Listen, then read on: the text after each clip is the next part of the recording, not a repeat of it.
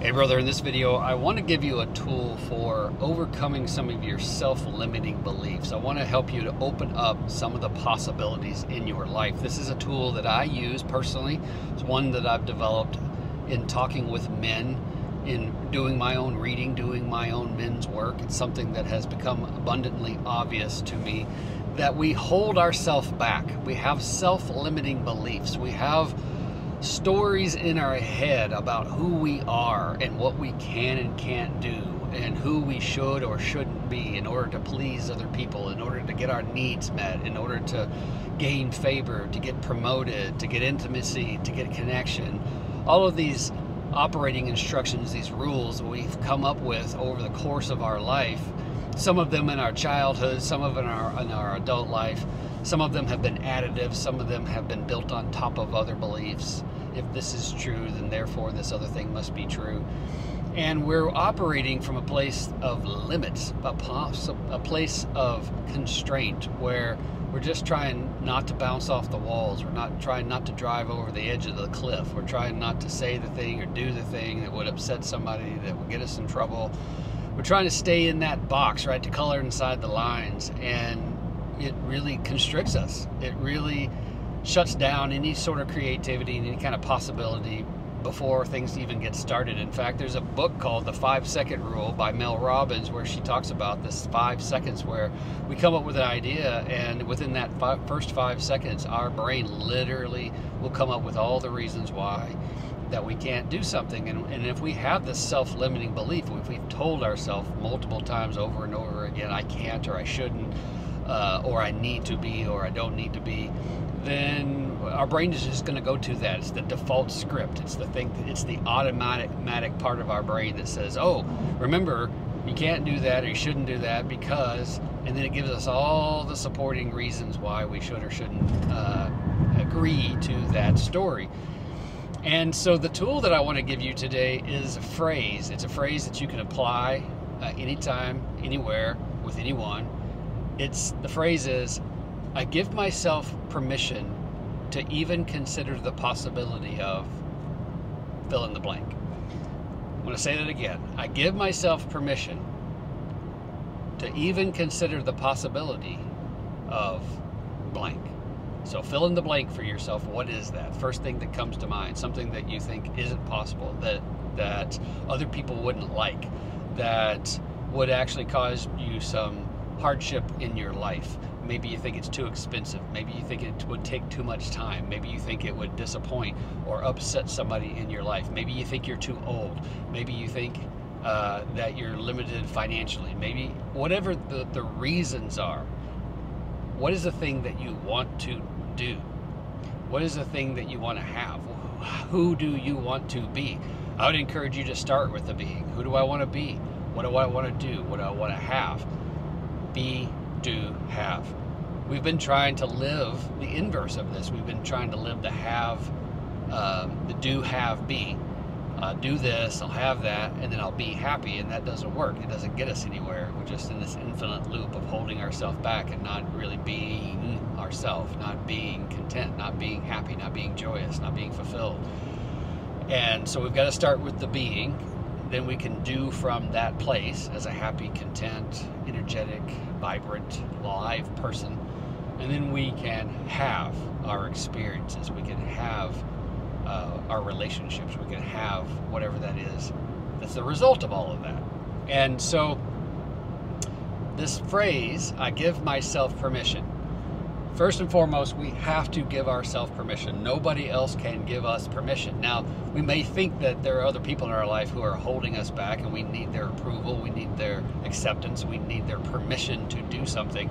But oftentimes what happens is people in our life, if we've surrounded ourselves with supportive, loving people, they'll want us to go and do things. They'll want us to be happy. They'll want us to care for ourselves and love ourselves. But because we don't believe, we don't give ourselves permission, we won't act on those things. We won't take the initiative.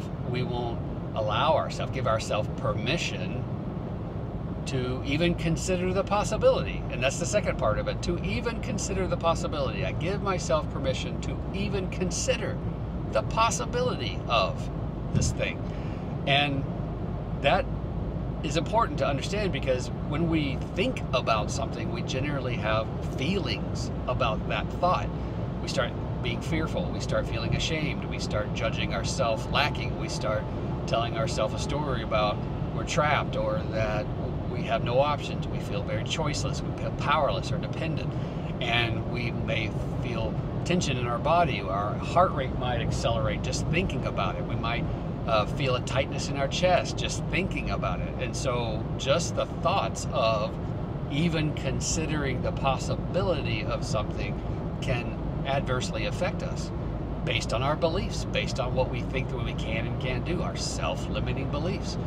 And so it starts with being able to even consider it. We're not going to jump up off the couch and do it. The end result of doing it, or even thinking about it, is not going to be this catastrophe. It's not going to be, it hasn't even happened yet. We're just considering the possibility of it. We're just thinking about it. And so when we give ourselves permission to even consider the possibility of something, what we're doing is we're basically just saying, we're just putting it out there. We're just saying, you know what? I don't know. I'm going to allow this thing to be possible. I'm just going to consider that it could be possible, that it could happen, that it's okay, that I'm not bad for wanting it, that it doesn't mean anything about me or my life, that I don't have to assign meaning to it. I can just allow myself to consider the possibility of it. And when we do that, it's not woo-woo, it's not magical, it's our brain. It's brain science. Our brain actually, it's like for example, it's like if you had a piece of software. Let's say you're at work and you got a customer database, and you're looking for a particular customer in the database. You just put them in there the other day, or they're a long-standing customer that you've worked with for years. You know they're in the system, but for some reason you can't find them. You can't find them. You're like looking up their name, you look up their first name, their last name, their customer number. You're like, it doesn't come up. You're like, what is going on? And then you look up and you realize that, oh, I got the search filters set. So you reach up, you clear those filters, and now there pops up their name. There's that customer that you knew was in the database that whole time. And this is what our brain does. When we tell it it's not possible for something, when we have a self-limiting belief, when we can't imagine, when we don't give ourselves permission, our brain says, okay. And it filters out opportunity. It filters out new insights. It filters out observations. And we don't see opportunity. We don't see the potential that's right in front of us. But as soon as we say, I give myself permission, I'm going to allow myself to even consider, just to imagine that it's possible, to consider the possibility of this thing. We don't have to figure out how it's going to work. We don't have to figure out how to connect all the dots. Our brain clears the filter, and now we start to see things that we didn't see before. This is the same thing that happens when we go look for a car, go car shopping. You start looking at cars, you start thinking about this car that you want to get. And the next thing you know, you start seeing it on the road. You start seeing it at intersections. You start seeing it drive down your street. And you're like, I never noticed this car before, but now it's all over the place. Same thing, right? It's just we're directing our attention to something. We're allowing ourselves the possibility of being able to consider something. And now we're seeing it. We're seeing the opportunities. Our brain, we're now aware of